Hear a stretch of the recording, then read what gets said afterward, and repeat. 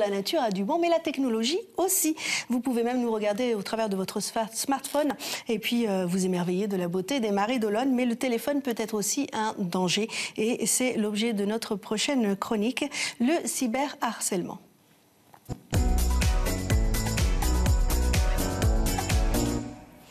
Maître Michael Massé, donc je rappelle, vous êtes avocat au barreau de Nantes.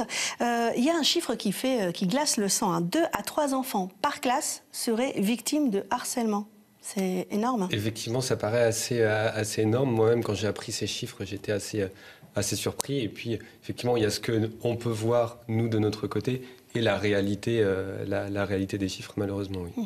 À partir de quand est-ce qu'on parle de harcèlement, pour commencer ?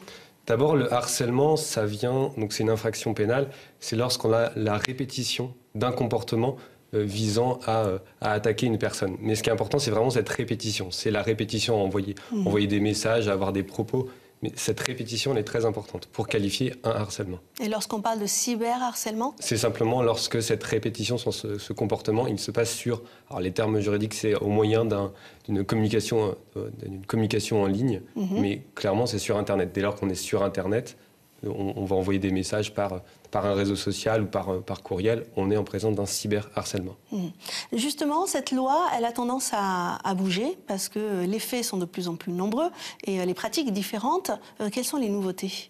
Justement, donc l'été dernier, en août 2018, justement, il y a une modification importante de la loi parce que voilà, ce cyberharcèlement, c'est cette répétition d'un comportement, mais c'est une personne qui a un comportement répété.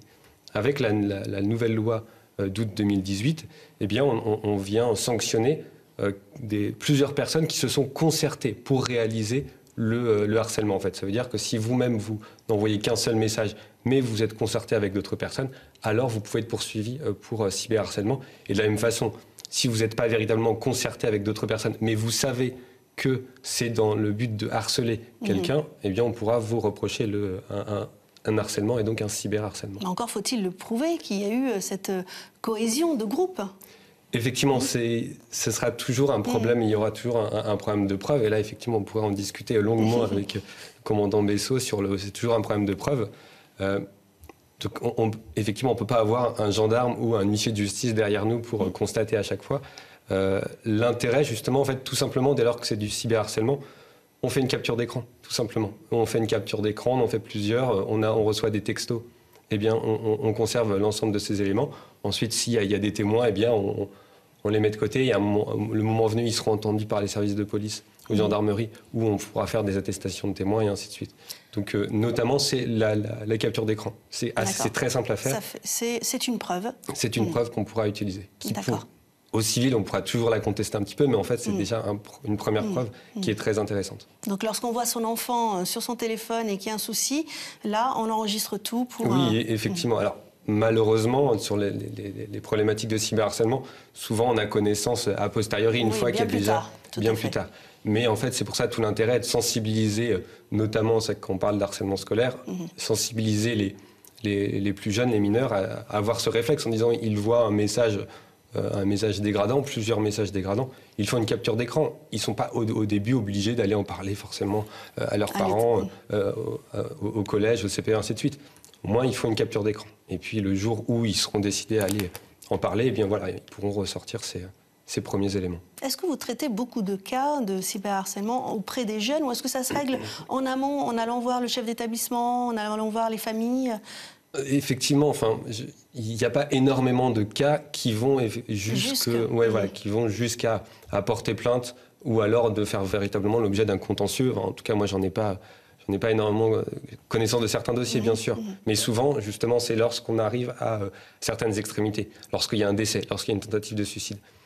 Ces 2 ou 3% dont on parlait, en réalité, souvent, en fait, ils vont s'arrêter dès lors qu'on a connaissance, dès lors que le directeur d'établissement, les enseignants, les parents ont connaissance. On prend les mesures immédiates, en fait. On va éloigner l'un ou l'autre des enfants. Ça fonctionne tant que c'est étouffé, une fois que c'est mis... Exactement. Ce que je comprends, parce que sans doute dans l'intérêt de l'enfant, on veut passer à autre chose. Alors certes, c'est toujours difficile de changer d'établissement, mais c'est la mesure la plus rapide. Et puis voilà. Oui. Que risque un harceleur ? Alors, en termes d'amende, l'infraction initiale, simplement de harcèlement, elle est le principe, c'est 15 000 € d'amende et 1 an de prison. Simplement, le fait que ce soit un cyberharcèlement, donc ça se fasse en ligne, c'est une circonstance aggravante. Donc là, on double, donc on passe à 30 000 € d'amende, 2 ans de prison. Et le fait que ça soit à destination d'un autre mineur, quand bien même c'est un mineur vers un autre mineur, si la victime est un mineur de moins de 15 ans, c'est une deuxième circonstance aggravante. Et là, du coup, c'est encore une circonstance aggravante d'être mineur. Oui, c'est encore une autre circonstance aggravante de que la victime soit mineure. Et là, donc, on passe à 45 000 € et 3 ans de prison. Et là, c'est les parents qui payent ? C'est alors pas pour les amendes, mais... Il ne faut pas donner de portable aux enfants, 45 000 €. Non, là, en fait, si l'auteur est mineur, en réalité, là, les amendes vont être encore diminuées. En fait. Tout est une question de qui est l'auteur et qui est la victime. Après, pour les dommages et intérêts, s'il y a des dommages et intérêts, effectivement, là, ce seront les parents qui vont payer. Concernant les adultes, vous avez parlé de cet élargissement de la loi, le fait d'être un groupe et de harceler une personne, même si on n'envoie qu'une seule fois un message. Vous m'avez donné un exemple tout à l'heure, c'est le hashtag Balance ton porc. Effectivement, en fait, c'est presque donc c'est cette aggravation de la loi d'août dernier, en fait, donc c'est dans le cadre de la loi pour lutter contre les violences sexistes et sexuelles. Et notamment, on était dans ce climat du hashtag Balance ton porc.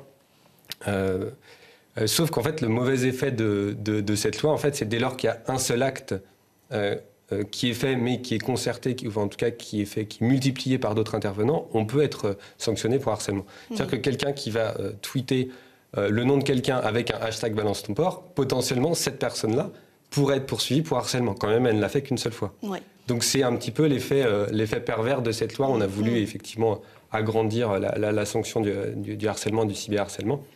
Mais en réalité, effectivement, donc il faut être mesuré lorsqu'on fait un hashtag, effectivement, parce que ça peut être, pour la victime de ce hashtag Balance ton porc, peut porter plainte pour harcèlement. Eh bien, merci pour ces éclaircissements. Je rappelle un numéro, le 3020, c'est Stop Harcèlement. Voilà, si vous avez connaissance de faits autour de vous, vous pouvez le composer. Voilà, 3020, n'hésitez pas.